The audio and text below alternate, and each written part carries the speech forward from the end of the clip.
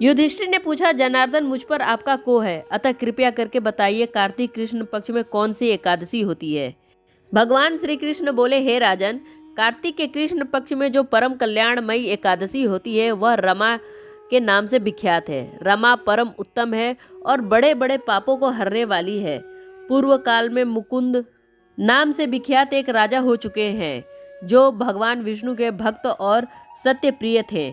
निष्कपट राज्य का शासन करते हुए उस राजा के यहाँ नदियों में श्रेष्ठ चंद्रभागा कन्या के रूप में उत्पन्न हुई।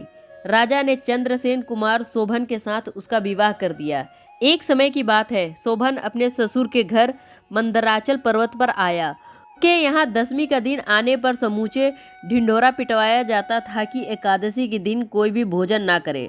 डंके की घोषणा सुनकर शोभन ने अपनी प्यारी पत्नी चंद्रभागा से, अब मुझे इस समय क्या करना चाहिए, इसकी शिक्षा दो। चंद्रभागा बोली, प्रभु पिता के घर तो एकादशी को कोई भी भोजन नहीं कर सकता। हाथी, घोड़े, हाथी के बच्चे तथा छोटे पशु भी अन्न, घास तथा जल तृण का आहार नहीं कर पाते। फिर मनुष्य एकादशी के दिन कैसे भोजन कर सकता है। प्राणनाथ, यदि आप भोजन करेंगे तो बड़ी निंदा होगी। इस प्रकार मन में विचार करके अपने चित्त को दृढ़ कीजिए। ने कहा, प्रिय, तुम्हारा कहना सत्य है, मैं भी आज उपवास करूंगा। देव का जैसा विधान है वैसा ही होगा। भगवान श्री कृष्ण कहते हैं, इस प्रकार दृढ़ निश्चय करके शोभन ने व्रत के नियम का पालन किया। क्षुद्रा से उसके शरीर में पीड़ा होने लगी, अतः वह बहुत दुखी हुए। भूख की चिंता में पड़े पड़े सूर्यास्त हो गया।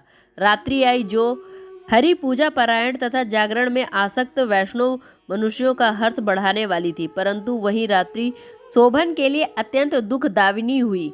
सूर्य उदय होते होते उसका प्राणांत हो गया। राजा मुकुंद ने राजचित काष्ठों से चंद्रभागा पति का पारलौकिक कर्म करके पिता के घर पर रहने लगी।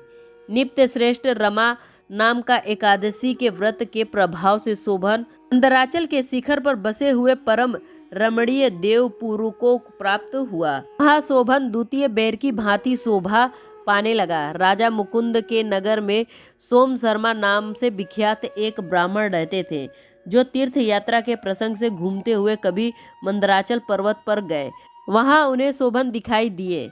राजा के दामाद को पहचान कर वे उनके समीप गए। शोभन भी उस समय द्विज श्रेष्ठ सोम शर्मा को आया जानकर शीघ्र ही आसन से उठकर खड़े हो गए और उन्हें प्रणाम किया। फिर क्रमशः अपने ससुर राजा मुकुंद प्रिय पत्नी चंद्रभागा का तथा समस्त नगर का कुशल समाचार पूछा। सोम समन कहा, राजन, वहाँ सबकी कुशलता है। यहाँ तो अद्भुत आश्चर्य की बात है कि ऐसा सुंदर और विचित्र नगर तो कहीं किसी ने भी नहीं देखा होगा। बताओ तो सही, तुम्हें यह नगरी कैसे प्राप्त हुई। शोभन बोले, द्विजेंद्र, कार्तिक कृष्ण पक्ष में जो रमा नाम की एकादशी होती है उसी का व्रत करने से मुझे ऐसे नगर की प्राप्ति हुई। ब्राह्मण, मैंने श्रद्धाहीन होकर इस उत्तम व्रत का अनुष्ठान किया था, इसलिए मैं ऐसा मानता हूँ कि यह नगर सदा स्थिर रहने वाला नहीं। आप मुकुंद की सुंदरी कन्या चंद्रभागा से यह सारा वृतांत कहिएगा। शोधन की बात सुनकर सोम ब्राह्मण मुकुंदपुर में गए और वहां चंद्रभागा के सामने उन्होंने सारा वृतांत कह सुनाया। सोम शर्मा बोले, सुबह मैंने तुम्हारे पति को साक्षात देखा है। इंद्रपुरी के समान उनके सुंदर नगर भी अवलोकन किया। वे उसे अस्थिर बतलाते थे, तुम उसको स्थिर बनाओ। चंद्रभागा ने कहा, ब्राह्मण, मेरे मन में पति के दर्शन की लालसा लगी हुई है। आप मुझे वहां ले चलिए, मैं अपने पति के पुण्य से उस नगर को स्थिर बनाऊंगी। भगवान श्री कृष्ण कहते हैं, राजन, चंद्रभागा की बातें सुनकर सोम शर्मा उसे साथ लेकर मंदराचल पर्वत के निकट वामदेव मुनि के आश्रम पर गए। वहाँ ऋषि के मंत्रों को शक्ति तथा एकादशी सेवन के प्रभाव से चंद्रभागा का शरीर दिव्य हो गया तथा उसके दिव्य गति प्राप्त कर ली।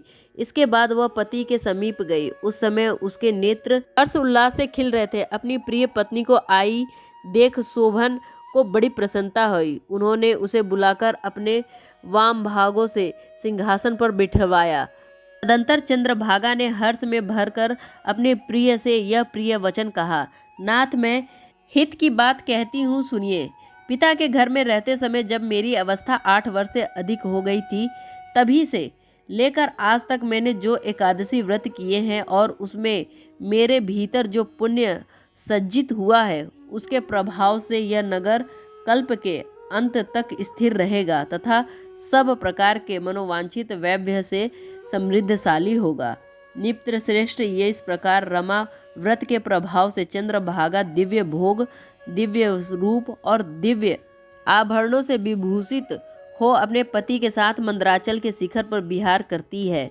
राजन, मैंने तुम्हारे समक्ष रमा एकादशी का वर्णन किया है। यह चिंतामणि तथा कामधेनु के समान सब मनोरथ को पूर्ण करने वाली है। मैंने दोनों पक्षों के एकादशी का पाप नाशक महात्म बताया है। जैसी कृष्ण पक्ष को एकादशी है वैसे ही शुक्र पक्ष की एकादशी है, उनमें भी भेद नहीं करनी चाहिए। जैसे सफ़ेद रंग की गाय हो या काले रंग की, दोनों का दूध एक समान ही होता है। इस प्रकार दोनों पक्ष की एकादशी समान फल देने वाली है। मनुष्य एकादशी का महात्मा सुनकर वह सब पापों से मुक्त हो श्री विष्णु लोक प्रतिष्ठित होता है। ऐसी और जानकारी के लिए वीडियो को लाइक करें और चैनल को सब्सक्राइब करना ना भूलें। धन्यवाद।